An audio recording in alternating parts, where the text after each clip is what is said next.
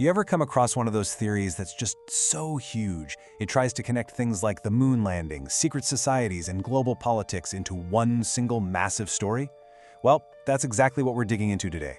We're going to map out a viral conspiracy theory piece by piece just to understand how it's all put together. Let's jump in.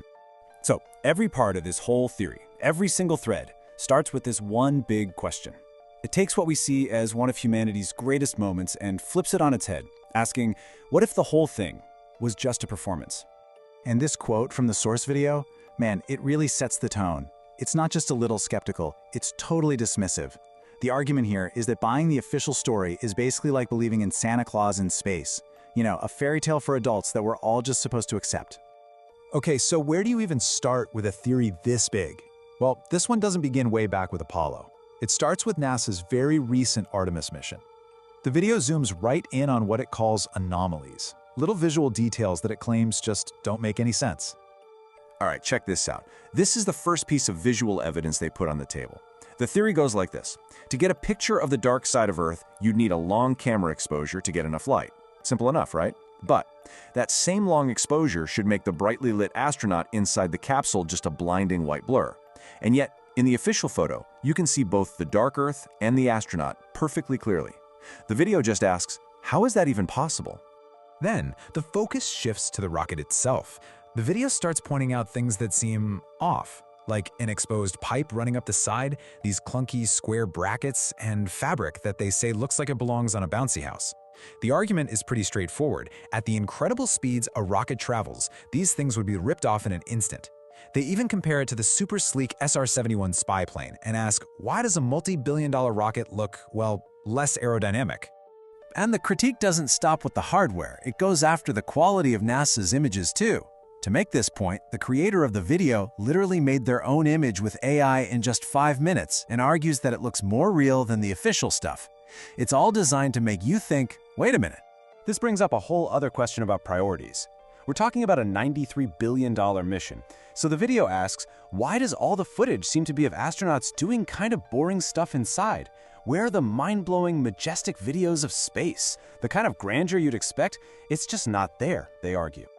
Okay, and this is where the theory takes a really sharp turn.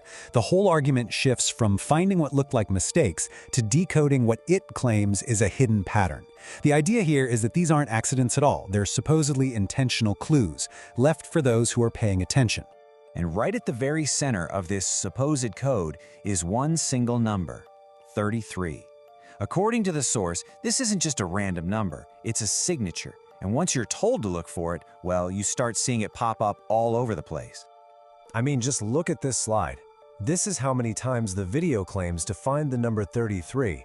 It's in the rocket's thrust, the capsule's living space, its height, even the mission name itself, Artemis 2, apparently adds up to 33 in gematria, which is this ancient system of numerology. The source presents this less as a coincidence and more as a deliberate calling card. And it doesn't even stop at 33. The rocket's height, 322 feet, is immediately connected to 322, the infamous number of the Skull and Bones secret society. This is meant to suggest a link to these powerful, shadowy groups that operate behind the scenes. From there, the theory just dives headfirst into what it calls occult symbolism. It claims a tattoo seen on an astronaut is actually the symbol for an ancient deity named Baal. Then it jumps to pop culture, arguing that a patch Katy Perry wore, when you flip it upside down, is the very same symbol. And finally, it connects the mission name Artemis back to Apollo, her twin brother, suggesting this is all just a continuation of the same old lie. And now, just when you think you have a handle on it, the theory expands, dramatically. It takes all this alleged deception at NASA and starts weaving it into a much, much bigger political web, connecting it all to powerful people and major world events. So the source brings in this quote to offer a completely different interpretation of the assassination attempt on Donald Trump. The argument presented is that this wasn't just a random act, it was a symbolic ritual. The specific injury to the ear, it's claimed, has an ancient meaning tied to servitude and masters.